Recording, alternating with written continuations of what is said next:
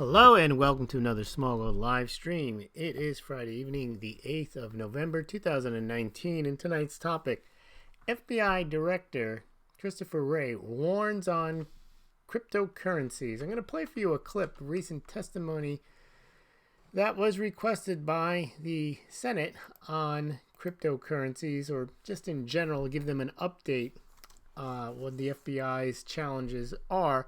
So let's have a listen to Mittens Romney questioning Christopher Wray, the director of the FBI. And just one question, and perhaps for any one of you or all three of you, and that relates to cryptocurrency. I'm not in the banking committee. I don't begin to understand how cryptocurrency works. I would think it is more difficult to carry out your work when we can't follow the money because the money is hidden from us. And wonder whether there should not be some kind of effort taken in our nation to deal with cryptocurrency and the challenges that prevents for law enforcement and for deterrence of terrorist activity. Am I wrong in thinking this is an area we ought to take a look at, or is cryptocurrency just not a big deal as it relates to your respective responsibilities? Christopher Wray now speaks. Well, certainly for us, cryptocurrency is already a significant issue, and we can project out pretty easily that it's going to become a bigger and bigger one. Whether or not that is the subject of appropriate subject of some kind of regulation as the response is harder for me to speak to. We're looking at it from an investigative perspective, including tools that we have to try to follow the money, even in this new world that we're living in. But it is part of a broader trend, and Director Travers alluded to it in terms of the terrorist threat, in terms of our adversaries of all shapes and sizes becoming more facile with technology, and in particular various types of technology that anonymize their efforts, whether it's cryptocurrency, whether it's default encryption on devices and messaging platforms. We are moving as a country and as a world in a direction where if we don't get our act together, money, people, communications, evidence, facts, all the bread and butter for all of us to do our work will be essentially walled off from the men and women we represent. Thank you. Now, what you hear Christopher Wray saying, well, first of all, you hear an ignorant Mittens Romney saying, I don't know anything about this, but isn't there a problem? Which means that he hasn't done his homework. But let's put Mittens aside. Let's get into what Christopher Wray is saying, that in order for law enforcement to do its job, it must be able to, if you go back to the original, well, not the original, but some of the things that the FBI does is wiretap. And the idea is surveillance. So you can tap into somebody's phones, you can listen to what the people are saying, and then you can do your investigation because you now have the principles that you have under investigation on tape, and then you have issues of how do you get that evidence into court and so on, how do you get it to a grand jury. But the idea being is that law enforcement likes to enjoy the advantage that it has in being able to surveil citizens through advanced technology. Now, what cryptocurrencies and what Christopher Wray was referring to, default encryption on devices may take that away from the FBI. However, cryptocurrencies themselves, Bitcoin, Litecoin, and so on, in their current state, you can track them. And in fact, if a transaction has been made in Bitcoin or Litecoin or any of the cryptocurrencies, Ethereum,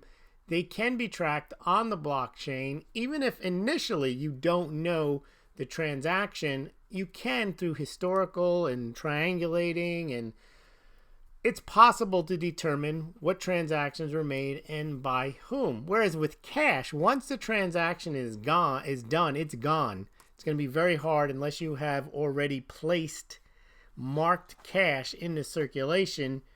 Once the transaction is done and over, the person who has committed the crime with the cash is off scot-free. It's not left any trail whatsoever. So the focus on cryptocurrencies with Mnuchin as Secretary Treasurer and now Wray, I think is misguided, because cryptocurrencies, other than privacy coins, are fairly easy, or not easy, but are not necessarily the choice of terrorists or people looking to commit bad acts precisely because they do leave a digital trail forever on a transparent blockchain.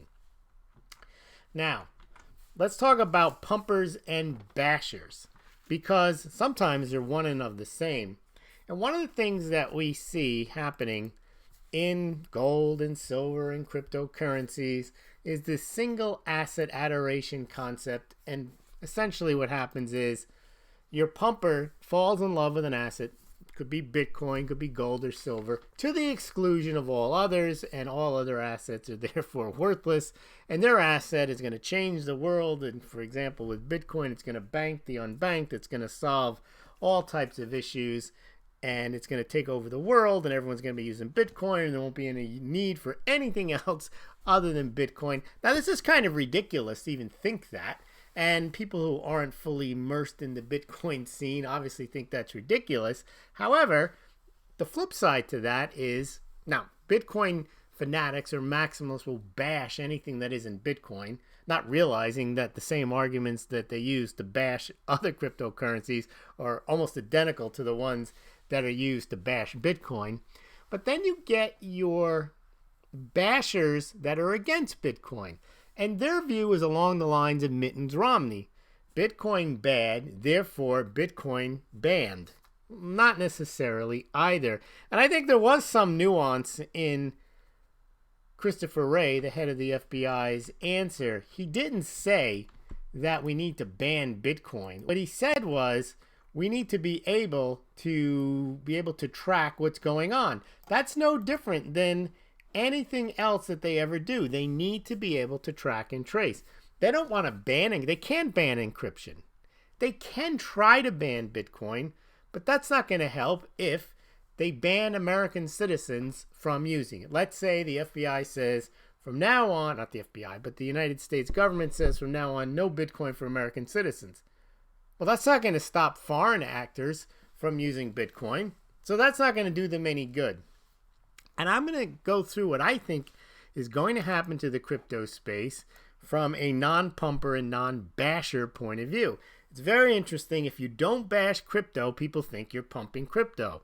And then if you don't go along with the pump of Bitcoin, people think that you're an ignoramus, you don't see the future, you don't understand, do more research, and then they direct you to the Bitcoin pumpers who really don't make any sense either. All right, so let's go through what's happening in the crypto space and what I think, and we'll get your opinions towards the end of what's going to happen. I think what's going to happen is, and this ties into law enforcement, and it ties into Bitcoin becoming part of the mainstream, not becoming part of ending central banking and peer-to-peer freedom and all this other, the prayer words that the Bitcoin pumpers go on about. That's not going to happen. Bitcoin can never become a global currency, in my opinion, that everybody uses because currently it's too slow. Now you can say we can add layers, a second layered software and Lightning Network. That's assuming anyone even wants to spend Bitcoin in the first place. If Bitcoin is, quote, digital gold, then it's going to be hoarded. The idea that it's going to be digital gold and everyone's going to spend it shows the ignorance, or the calculated ignorance, of Bitcoin maximalists. That somehow Bitcoin is everything to everybody. You can spend it on coffee. You can hoard it to buy Lambos. Those two are incongruent. They're not. People do not spend gold. They hoard gold. If indeed Bitcoin is digital gold, then Bitcoin will be hoarded. No one buys gold so they can spend it on coffee. In fact, it goes against the concept that you spend your bad money first. So if the Bitcoin people think they're going to make it easier to spend Bitcoin on coffee, well, they're undermining their whole argument that Bitcoin is going to be digital gold. Why would you spend digital gold? Now, maybe it isn't digital gold. Maybe it's just a payment system. Okay, well then stop with this store value talk nonsense. Anyway, what I think is going to happen, and this is what I've said all along, when you have a new asset that is both a threat and an opportunity. The opportunity for Bitcoin, for governments, for banks, for Wall Street, for Silicon Valley is it's a new asset class. It's an asset class that they can make a fortune off of, selling it, storing it, trading it, and the like. However, it's a threat if in its proposed form it's peer-to-peer and it eliminates banking and middlemen and so on. Well, then that's a threat.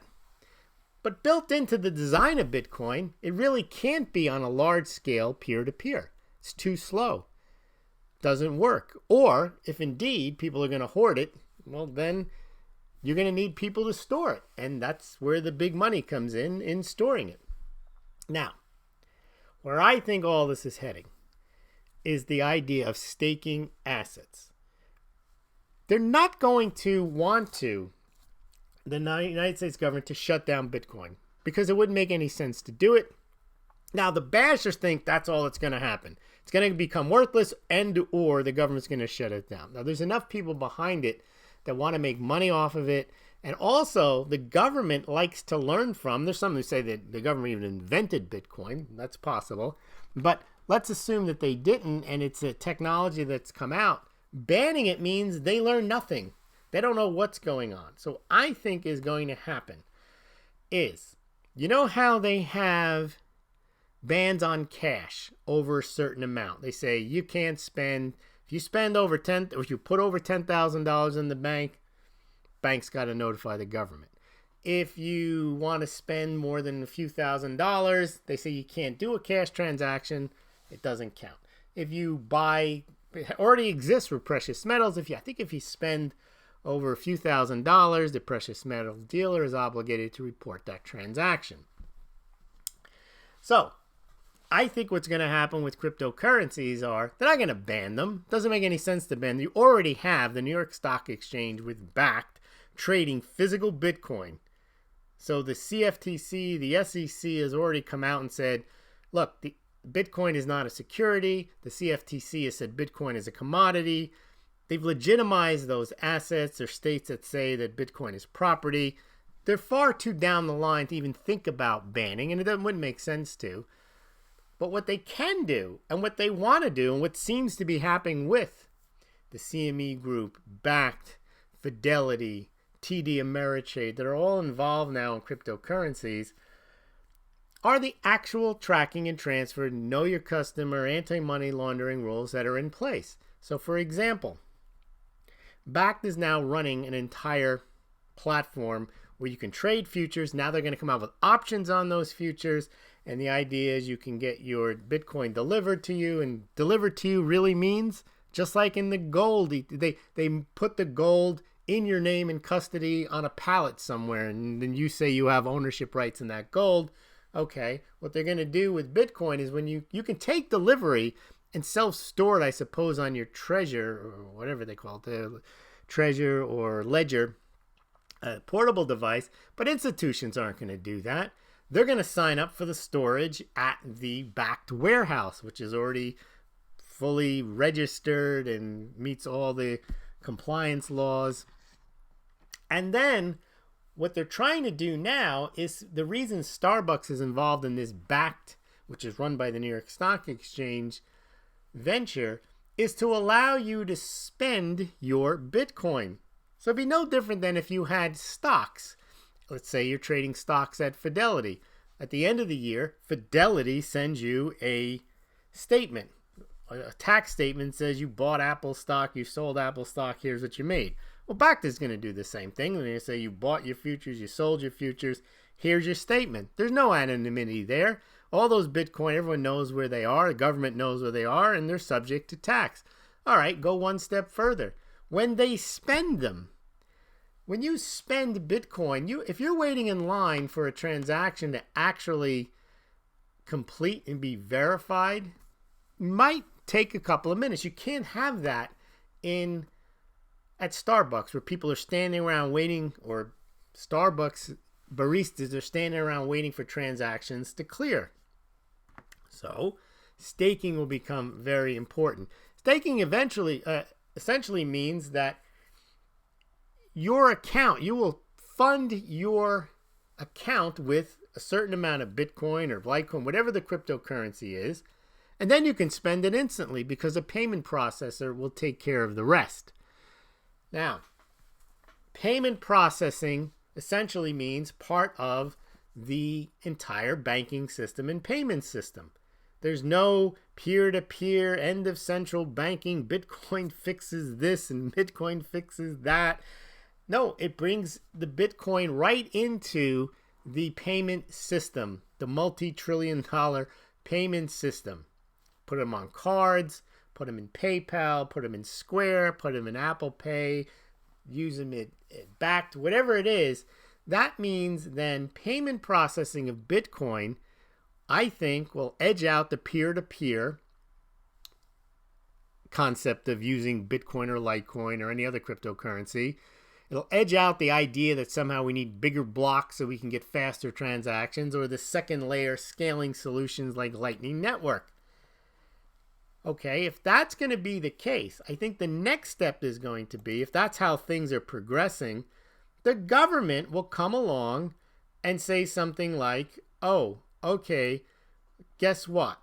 If you are going to transact in Bitcoin over a certain amount, say $5,000, well, then you have to you can't do it. You can only do it if you run it through a payment processor. Now, you could say, well, wait a minute. No, the government can't do that. I'll just go ahead and I'll do what I want. Yeah, of course you can do what you want. Anytime there's a law, you can always say, screw the law. I'm not gonna do it. There's laws against jaywalking. People do it and they don't get caught. But once there is a law in place, so for example, I don't know what the law is. I think in Australia, many countries have these. Italy has them. You can't transact in cash over $5,000. Okay, and I'm sure people do. I'm sure people get away with it.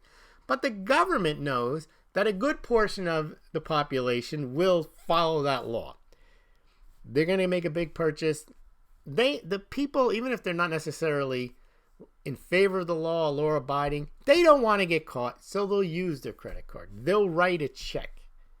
They won't take the chance of spending the money. Now, a lot of Bitcoin people, crypto people, liberty-minded people act like, we're just going to do what we want. Okay, maybe those people will just do what they want. But once the government convinces people to use, and that it's okay to use under regulation, payment processors, and to buy Bitcoin on Backed and to buy Bitcoin on regulated exchanges, as long as it's taxed and tracked, government doesn't care. And that means that a certain percentage, a good chunk of the money that'll come into Bitcoin going forward, not the money that went in initially, will not be dark money. Will be people that are fully, for example, we're going to talk about Square and how much Bitcoin they sold in just a few minutes in the third quarter. And all that Bitcoin that was sold on Square, the phone app, is all done. And everyone, well, not everyone, but when you buy cryptocurrencies on Square, where you can only buy Bitcoin, when you buy Bitcoin on Square, it's all reported. There's no secret. You can't hide the fact that you bought Bitcoin on Square. So governments, banks, and companies like the idea of Bitcoin as long as it could be taxed, tracked, and traced by those entities, and they can make money off of it. And I'm sure Backed is going to offer some type of, if you use the Backed system, they have to. They have to give you a statement, or the institution a statement at the end of the year of what they bought, what they sold, and what their holdings are. And that'll be reported to the government. So what a lot of the Bitcoin fanatics don't realize is, yeah, they're not going to ban it. And if you can, you can peer-to-peer all you want as a Bitcoin trader. Just like you can spend cash with people who will transact in cash. You can bring suitcases now you can bring suitcases of cash to a car dealer, but the car dealer is probably not going to sell it to you.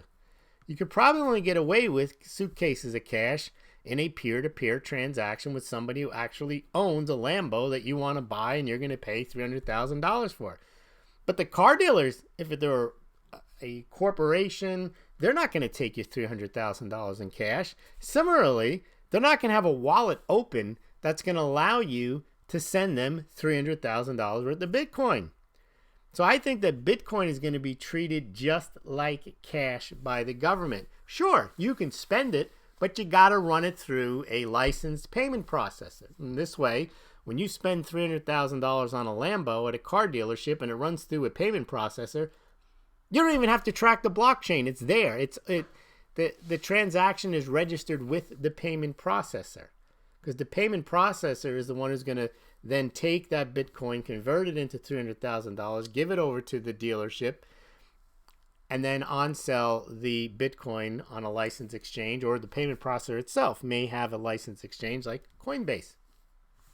So that is where I think it's heading. It's not going to be Bitcoin is going to be operating. There will be a small segment of the Bitcoin trading that'll be operating on its own, peer-to-peer, dark web, all that kind of stuff. But for the most part, I think that Bitcoin is going to be subsumed into the payment system. Now, if they were looking to ban Bitcoin, they would have never given, New York State would never have given out bit licenses to dozens of institutions. Bakkt would never have been allowed to launch. It's a New York Stock Exchange entity. The CME Group had never been allowed to put out Bitcoin futures. And Bakkt says all kinds of financial institutions are talking to it. Of course they are. And Fidelity's involved, and what's the word? TD Ameritrade are involved. It's not going to go away, but it's not going to, as it progresses, the crypto space will become more and more regulated. And of course, the Bitcoin people say, you can't stop Bitcoin. You can't. You know what stops Bitcoin is the average person doesn't think the way the Bitcoin fanatics think. The average person, when I say average, I don't mean person of average intellect or average income. I mean just anybody who's not interested in spending their time learning about Bitcoin and reading books about Bitcoin and being online, binge watching YouTube videos. They're already used to and accustomed to the way things are. When they buy an asset, they buy stocks, they buy bonds, they have no expectation of privacy. They don't expect the world to know that they bought it, but they know that they're going to have to pay taxes on it at the end of the year, and know that the company that sold it to them is going to keep track of it, and they're going to send them a tax form at the end of the year. That's what's going to happen to Bitcoin. People that use Bitcoin are, for the most part, it's going to shift from peer-to-peer towards using it at merchants, using it when you have that speeding card or any of that stuff. All that's tracked. You stake your coins, you put them into a card, you put Square, whatever it is. They then act as your go-between between you and the merchant. And the merchants are going to be reluctant to accept cryptos directly, especially over certain amounts. And I think that's where it's happened. So my prediction is many countries have banned cash transactions over a certain amount, they'll also ban crypto transactions over a certain amount that are not run through Know Your Customer, anti-money laundering payment processor. And again, you can say that people won't. Of course they won't. There's going to always be people that'll evade the law and not follow it. But the goal of any law enforcement is not to get 100% compliance.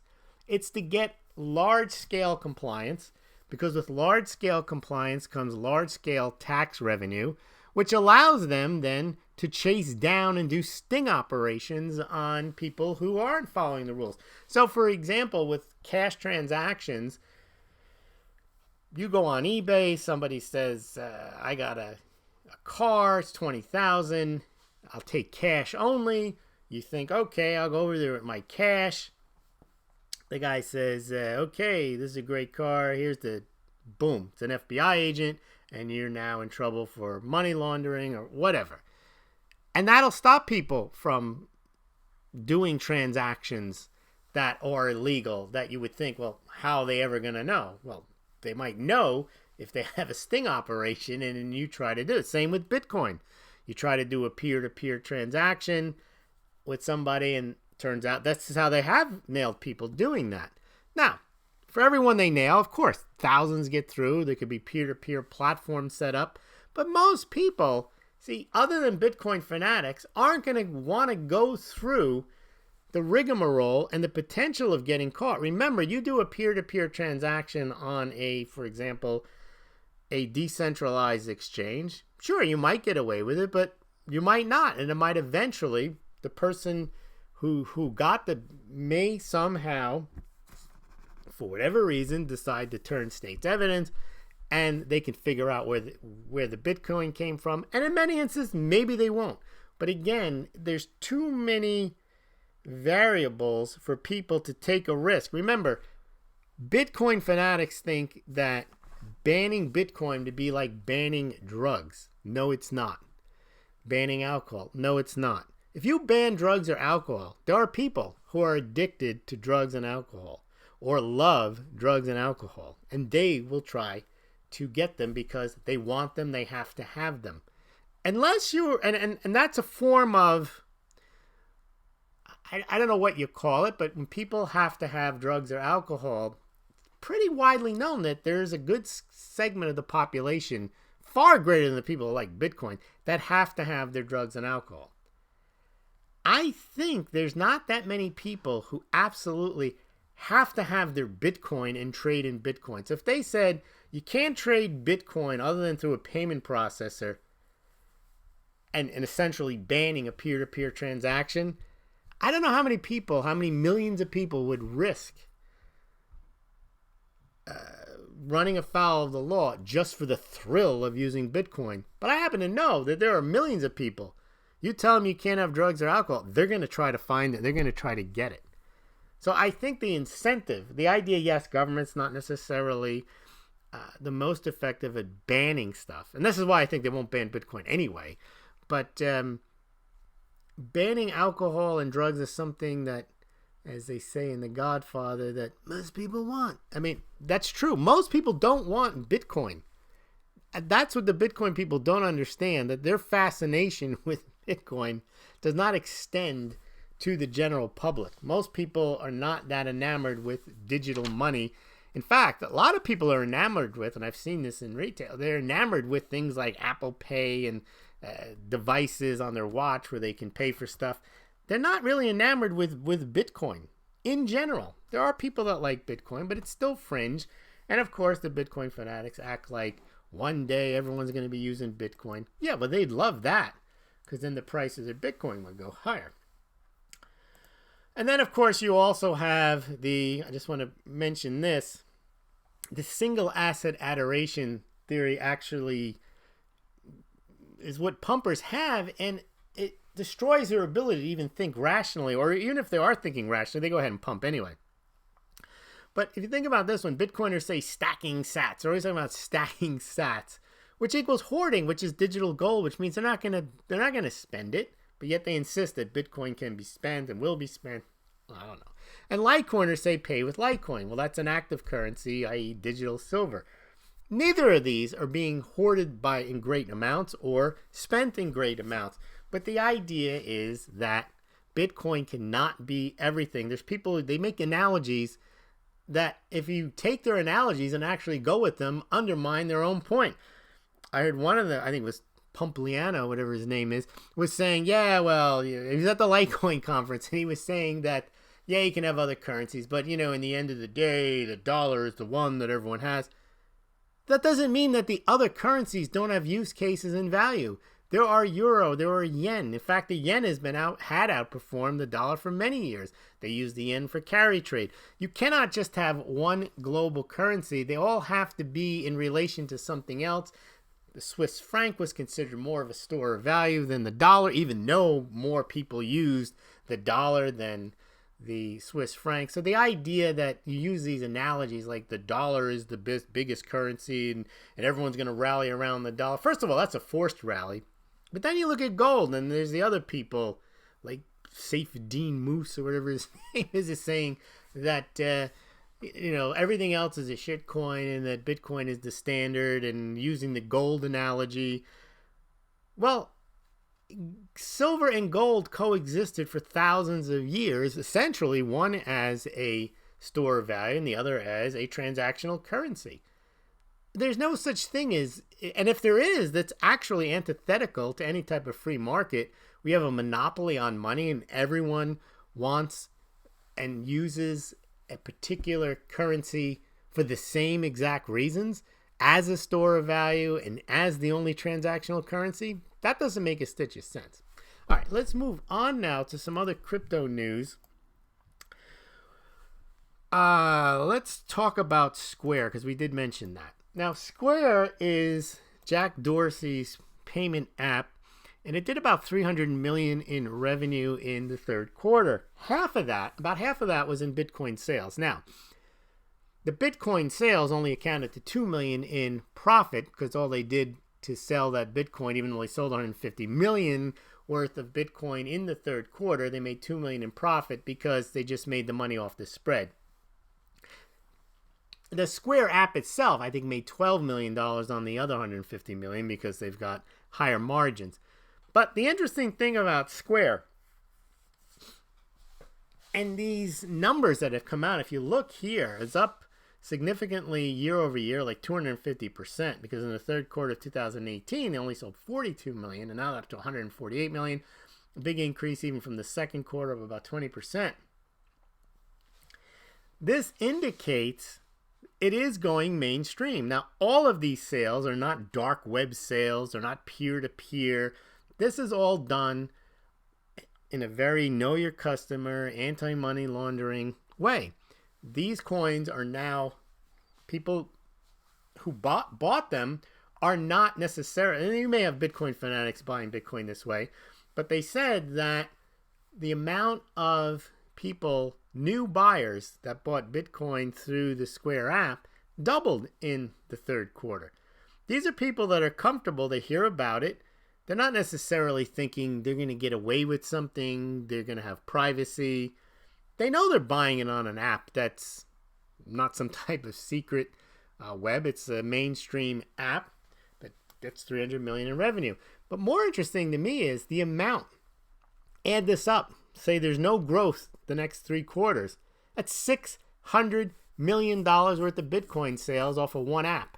That's over $500 million. Now, in the grand scheme of things, $500 million isn't a lot, but in the grand scheme of things, Square is a very tiny company, and it's already selling $150 million per quarter at a run rate of $600 million a year. And it'll probably hit $1 billion in run rate in 2020. So Bitcoin is becoming a big deal. Bitcoin is not going away, I don't think. I don't think it's going to be banned. I think it's going to be regulated, and the regulation is actually going to drive and encourage growth. Not the idea that it solves things, it fixes things, and it's unstoppable. That appeals to, it's very hard when you're in that echo chamber. It's just like the gold and silver people think that the world revolves around gold, and that all China thinks about is gold, and the silver people that there's a new paradigm coming and silver shield and all that other nonsense. No one believes that. When I say no one, I mean statistically, no one believes that other than the people who follow that stuff. It's the same with Bitcoin. No one knows anything about Bitcoin. I looked at the numbers on Bitcoin, just Bitcoin Bitcoin addresses, and a person can have more than one addresses. There's like 10, 12 million addresses that actually have any significant amount of Bitcoin. I mean, over $100. No one has Bitcoin.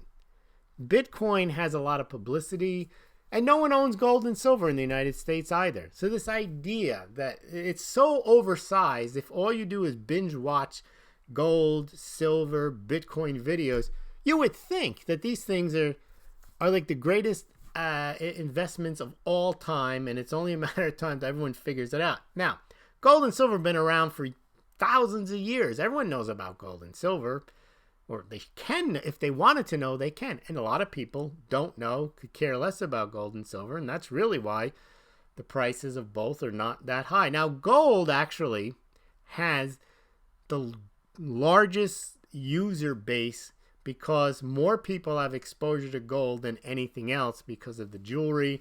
It's just the folklore. It's been around, and it is a large market, and the gold sales are much more significant than the silver sales. But silver also is much more widely held than than Bitcoin as well. The only reason Bitcoin it skyrockets from time to time is there's so few of it. And that's the main reason that Bitcoin, I think, could possibly be a great speculative investment is there's going to be 21 million of them.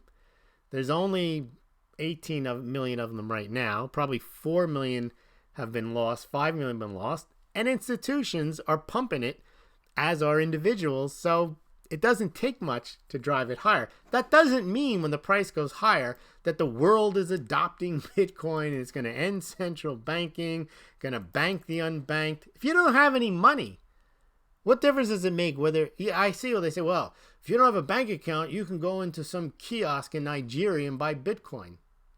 Well, you have to have money to begin with. If you had money to begin with, then you wouldn't need to go into a kiosk and buy Bitcoin. None of it makes sense. It makes sense if you're in a country where you want money sent, like in Venezuela. I understand that.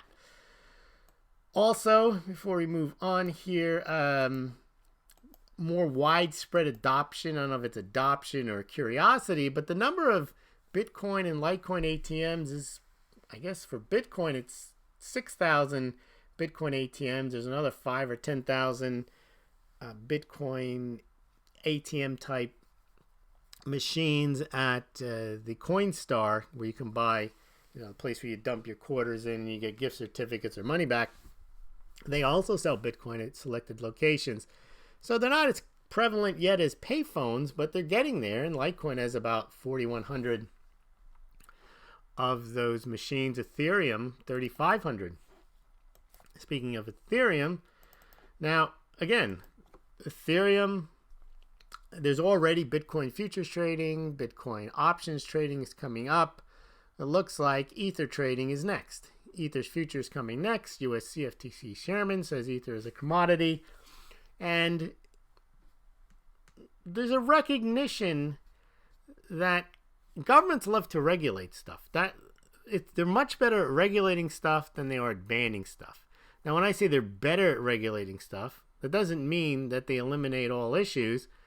But a regulatory agency is far more effective than the FBI running around and trying to arrest everybody who's using Bitcoin. That actually undermines the law if you can't enforce it. But regulation, by definition, when you put out a regulation, as long as it's not too onerous, you get automatic compliance probably about 7. I'm just making this up. I don't have statistics, but I'm sure it's the case. The government tells you can't do something. I'm not talking about the people who are going to insist they're not going to do it. Most of the people, you will call them sheep or whatever, but that's what you're dealing with. They will comply automatically. You just tell them you can't say the word saucer. And 60% of the people won't say the word saucer. They just won't. It's illegal. They won't do it. Anyway, let's move on now and see if there's anything else here on Bitcoin or Litecoin or cryptocurrencies. Nope, that's about it. So let's see what you guys are saying. If you enjoyed this or any of the Smaulgld presentations, and you can become a Smaulgld patron and show your support, or you can become a Smaulgld subscribe star member. I've got all this on the Smaulgld website, all the ways you can help Smaulgld out on the Smaulgld website, below this BitChute, below this YouTube. You can send a one-time or recurring donation via PayPal, or you can donate. You can hold up your phone to the QR code you see on the screen for Bitcoin and Litecoin. I have an Ethereum address as well. Or you can send Smaulgld items of value, or checks, or cash, or silver, or gold to Smaulgld LLC, P.O. Box 714, Dover, New Hampshire 03820. And of course, you can always buy a Smaulgld mug or Smaulgld branded merchandise at the Smaulgld store. Again, all the information, links below this BitChute, YouTube, and on the Smaulgld site. And of course, you can always shop on the Smaulgld site at the affiliates links that we have: SD Bullion, Money Metals Exchange, Golden Eagle Coin, and also I think we have storable food, emergency food, we have wine, we have coffee makers, and so on. So if you're going to shop for those items, if you click on the links on the Smaulgld site, you'll be taken directly to those websites, and you pay no more, no less than if you visited those sites directly. But if you do indeed buy through those links, Smaulgld gets a small commission. So without having to directly contribute to Smaulgld, you do indeed contribute to Smaulgld by doing something you probably would otherwise do, which is maybe you buy some gold or silver, or you buy a coffee maker, you buy a pound of coffee. We have Kona coffee from Hawaii. Links on the site. You're going to buy some storable food or any of the other products that are listed on the Smaulgld site and below this YouTube and BitChute in the links. So let's see what you guys are saying. I'll leave up the QR codes if you want to send Bitcoin or Litecoin. You want to jot down the PayPal, Patreon, Subscribestar, or Smaulgld P.O. Box. So I'll leave that up while we're checking out your comments. All right, let's see what we have here. Ken Stinger says, mugging for truth. Ann Hollum, I haven't seen you in a while, and that's what Pablo Pina has noted. She said, guest for 3 days. Nomadic Giant says, good morning. I saw Nomadic Giant on Twitter. He was showing a picture of him. He didn't have a Smaulgld mug, but he had a mug, and he was in Thailand, I believe, with his dog. Very nice. Durgesh Patel says, for daily spending, there's a Litecoin. Braylon Jackson, cryptos will be relevant no matter what they say or think. Yes, relevant is different than becoming the global currency of the world and everybody using it by choice. Clearly, there is a demand for cryptocurrencies. There's a use case for cryptocurrencies, not just Bitcoin. But that doesn't mean that it's a multi-trillion-dollar market and that everyone's going to use Bitcoin and wallets. And it could happen, but it doesn't necessarily mean that it's going to happen. Yes, Durgesh Patel, Reserve Bank of India, arm twisted the banks to hold crypto transactions. Yep. Fiona Whalen is here. Bitcoin yoga pants. Yes, that's what Bitcoin is good for, Coins AZ. William Birkenroad. Gold sold by many sovereigns as coins, gold coins, money, cash, not just very popular right now. Fiona Whalen, Smaulgld, PM pumpers calmed down quite a lot in the last 2 years. Not as many people are into pumper channels binge watching as in 2015. Well, that's true. I mean, if you've been binge watching Mike Baloney for a decade, and he told you this was going to be the greatest wealth transfer in history, and silver and gold set to skyrocket, and gold back yuan, game changer. There's always something around the corner. I mean, after 10 years of that, you can bang your head against the wall for 10 years and say it feels better when you stop. I mean, or the yoga pants or whatever they tell you on these channels. You either, I mean, there are people, the more they hear it, the more entrenched they are that you'll see. They become like Linus in The Great Pumpkin. It's going to happen. And gold and silver set to skyrocket. I saw it. What happens is with the pumper and basher mentality is they view everything. If you're a pumper, you view everything with this single asset adoration theory fervor that it's a fact. There's no way. It's mathematically certain that whatever I own is destined, whether it's Bitcoin or silver or gold, it's destined to skyrocket. And if you don't think that, then you don't know anything. Meanwhile, you're holding on to something that's not going anywhere, and you're insisting that it's going to. You're wishing on the Great Pumpkin. The same with the bashers. I mean, Peter Schiff's been bashing Bitcoin since it was like $200. I don't ever go here. I don't ever go here. Every time it goes up, he says it's going to go down. And when it goes up, if it goes down a bit, he starts claiming it's a great thing that it went down. And you'll see it's going down even further. And it goes up even more. And then he says it's a bubble. I mean, once you look at everything in pumper or basher mentality, you've lost your ability to even analyze anything. I hope I never get there, because sometimes people think I'm bashing or pumping. I'm doing neither. When I criticize an asset, it's not at all on bash.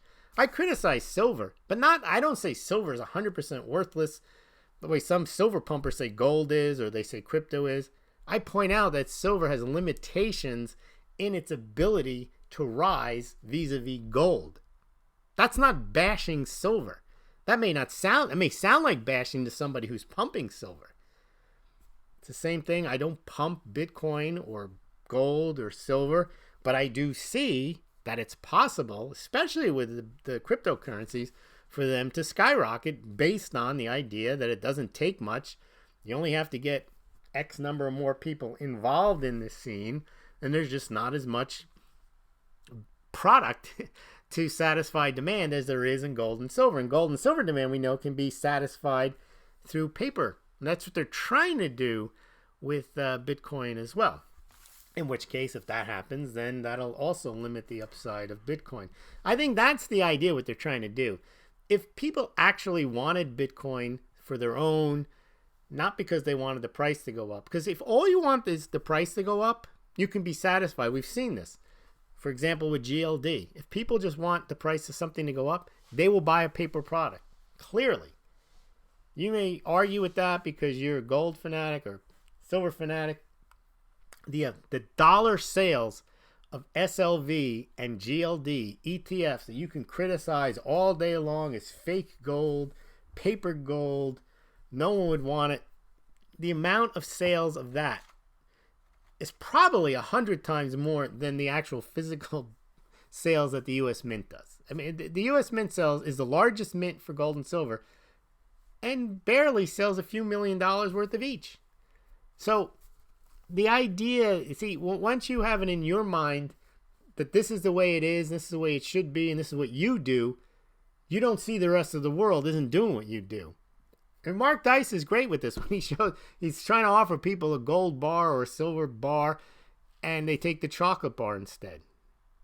And then there's people who actually know a little bit about gold and silver, and they buy the GLD and the SLV. So go figure. William Berkman, how much does it cost to run and lease those Bitcoin ATMs? I don't know. I know someone who has one, and it's very profitable.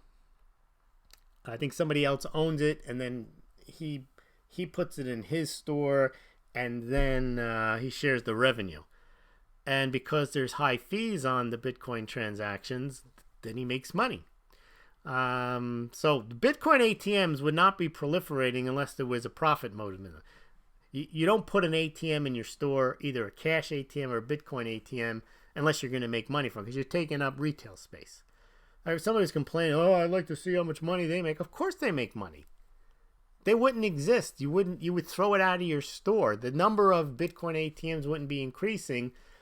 It's self-fulfilling. If you put something in your store and it sits there for a year and you don't sell any Bitcoin or Litecoin, you don't get any fees, you get it out of your store. They wouldn't keep making more, and the growth rate of these Bitcoin ATMs is very high. All right, let's see what else we have. Nomadic Giant, I think that was a great take on everything. Oh, okay, thank you. Ed, Nomadic Giant, Ed, we're visiting here in Thailand next week so we can finish the second novel. Yes, well, Nomadic Giant is actually Crypto Shrugged author. I'll send you a copy when we're done. Oh, good. Thank you very much. Nomadic Giant is a big supporter of the Smaulgld program, both with his literature and with his financing. So thank you very much.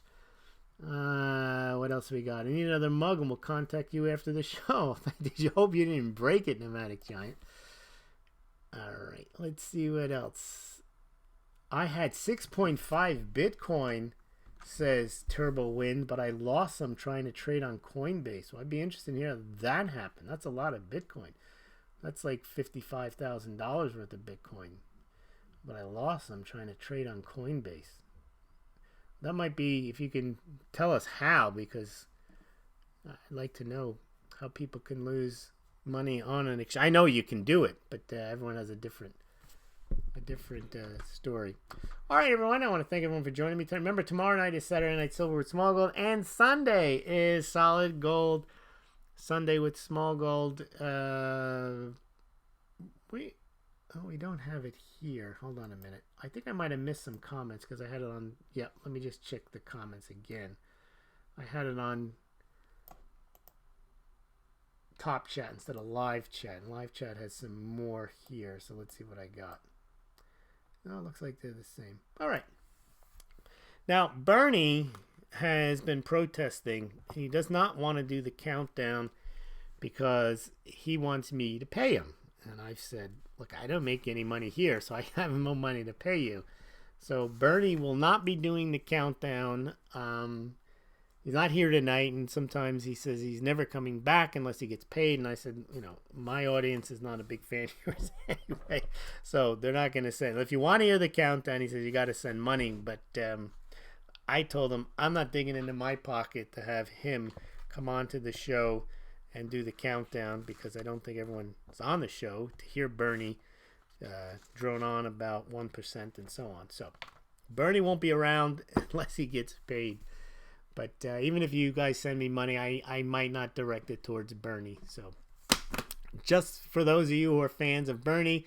Now, Mario Draghi, he doesn't mind coming along once in a while. Seamus. So I think I have enough guests that I don't need to pay Bernie. Unless you guys think that Bernie is a big draw, then we may try to find a few dollars for him. All right. Thank you very much, everyone, and we will see you soon. Have a good night.